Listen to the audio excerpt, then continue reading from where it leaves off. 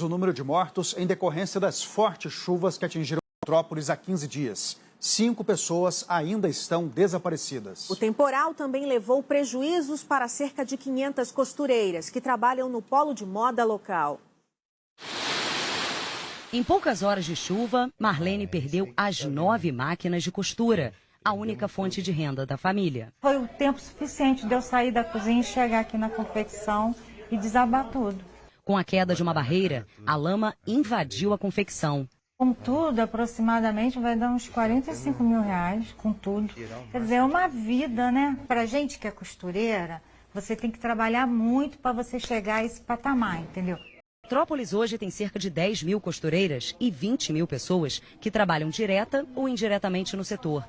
O governo do estado do Rio de Janeiro anunciou uma linha de crédito de até 500 mil reais para pequenos negócios atingidos pela chuva.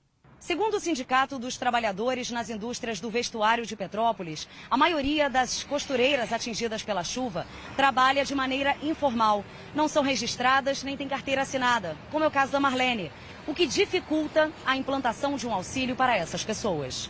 Nós estamos fazendo um cadastro, primeiramente, das pessoas que foram afetadas, naquilo que elas perderam, para conseguir uma linha de crédito diretamente com o poder público. Quem perdeu tudo na enchente, agora aguarda ajuda para poder recomeçar. Vai olhando assim, ó, a lama vai levando tudo. Perdi a casa, perdi meu meio de trabalho, né? Só não perdi a vida. O Brasil atingiu nesta quarta-feira a marca de 650 mil mortes por Covid-19 desde o começo da pandemia. Só nas últimas 24 horas foram 370 óbitos e quase 31 mil casos da doença. O dado é do Conselho Nacional de Secretários de Saúde. Depois de o presidente Jair Bolsonaro dizer que poderia faltar fertilizante no Brasil por causa do conflito entre Rússia e Ucrânia, o Ministério da Agricultura garantiu que não há risco de desabastecimento.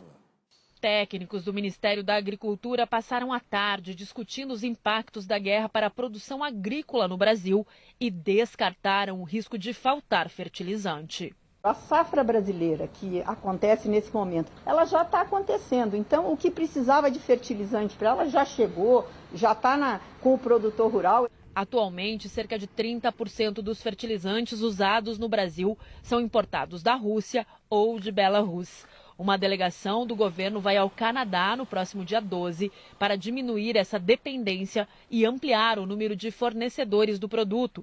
Mais cedo, em uma rede social, o presidente Jair Bolsonaro disse que a guerra no leste europeu põe em risco o fornecimento de potássio, material presente em fertilizantes, e usou esse argumento para sugerir que o Congresso vote um projeto que permita a exploração desses recursos em terras indígenas.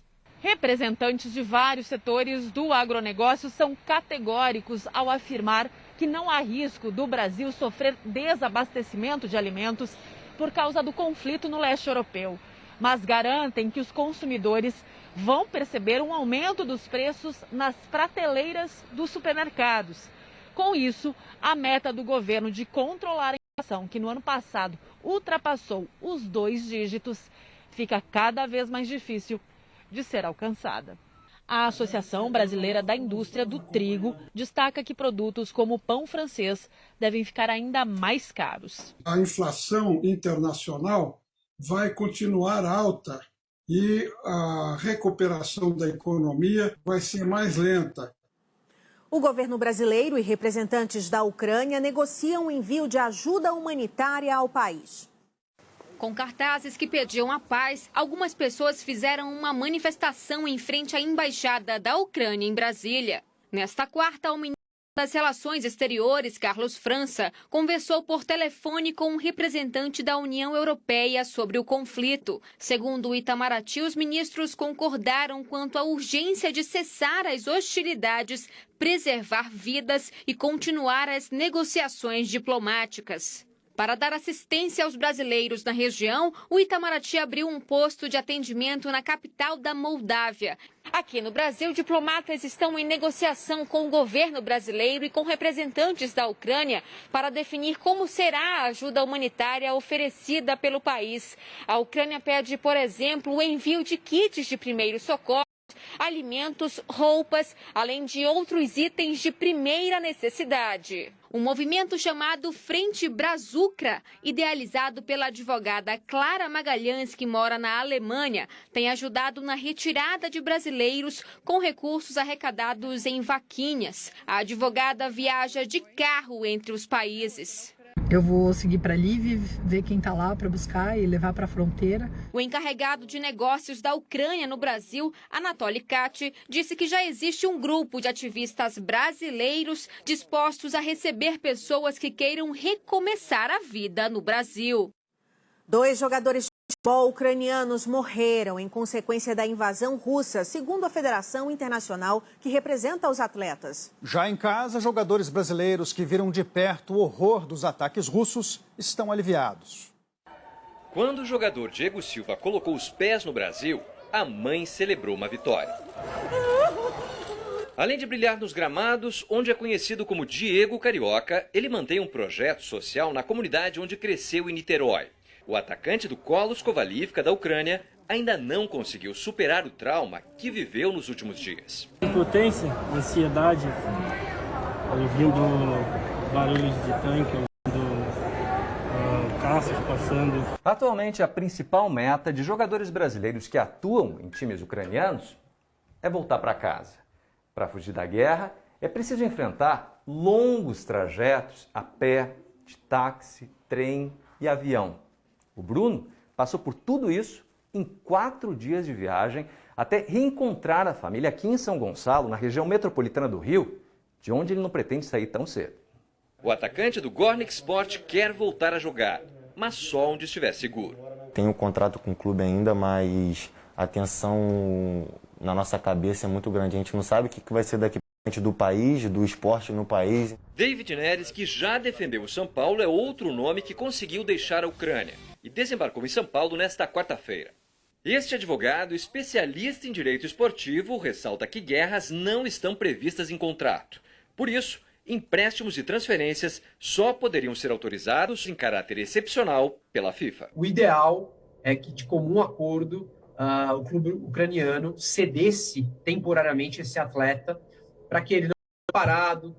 Tem toda a questão salarial, né? O pagamento dos salários desse atleta, ou seja, o clube brasileiro poderia arcar com parte ou com a integralidade desses pagamentos. E uma imagem da guerra rodou o mundo e marcou o 7º dia de conflito na Ucrânia. Logo depois dos caminhões, carros, sacos de cimento e pneus empilhados, estava uma multidão de ucranianos que bloqueou uma estrada para impedir o avanço das tropas russas em direção à maior usina nuclear da Europa, no sul do país. O Alto Comissariado das Nações Unidas para Refugiados estima que quase 900 mil pessoas já tenham deixado a Ucrânia desde o início da guerra na semana passada. De acordo com o escritório da ONU, 874 mil pessoas deixaram o país. Quase 200 mil cruzaram as fronteiras nas últimas 24 horas. A grande maioria tem seguido para a Polônia. No Vaticano, o Papa voltou a suplicar pela paz na Ucrânia e disse que está disposto a intermediar o diálogo com a Rússia. Francisco endossou o pedido da Organização Mundial da Saúde para que sejam criados corredores humanitários para a saída de civis. Por fim, quebrando o protocolo, o pontífice homenageou o próprio tradutor, um ucraniano que tem os pais vivendo perto de Kiev, segundo o Papa, escondidos em um abrigo antibomba. Nel sottoterra per difendersi. E agora a gente conta o drama dos brasileiros que não podem ter filhos e que contrataram um programa de liga de aluguel na Ucrânia. Famílias que também passaram a enfrentar os perigos da guerra. Um projeto para aumentar a família que parecia perfeito. Priscila contratou o programa de barriga de aluguel na Ucrânia. O filho nasce em março. Mas na manhã em que a Rússia fez o que o mundo temia... Eu fiquei muito desesperada e nós sabemos assim que não vai ser um processo fácil para a gente chegar lá. Então assim, nós vamos precisar muito da ajuda da embaixada com a questão da documentação. Cerca de 150 casais de vários países estavam na Ucrânia para acompanhar o nascimento dos filhos. Kelly era uma delas. Depois de uma espera de 15 horas, ela conseguiu fugir com a filha recém-nascida em um trem lotado. Nesta quarta-feira, elas chegaram à Polônia. No Brasil, a legislação proíbe pagar por uma barriga de aluguel. Em outros países, como nos Estados Unidos, é permitido e custa o equivalente a R$600 mil. Na Ucrânia, é mais em conta. A empresa envolvida no processo dessas famílias tem cerca de 600 ucranianas como barriga de aluguel. As que estão prestes a dar à luz foram levadas para locais seguros. Os pais, aqui no Brasil, recebem informações diariamente. A guerra não estava nos planos.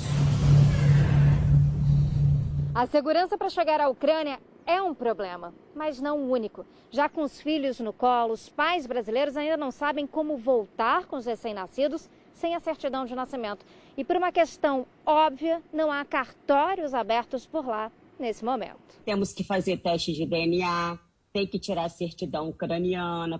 A Priscila se agarra a uma única certeza, a de que o amor pelo filho já é maior do que qualquer conflito. Ah, meu filho, você pode ter certeza que seu pai e sua mãe não vai desistir de você. Nós vamos aí de qualquer jeito te buscar. Fica agora com carinha de anjo. Boa noite. Boa noite, até amanhã.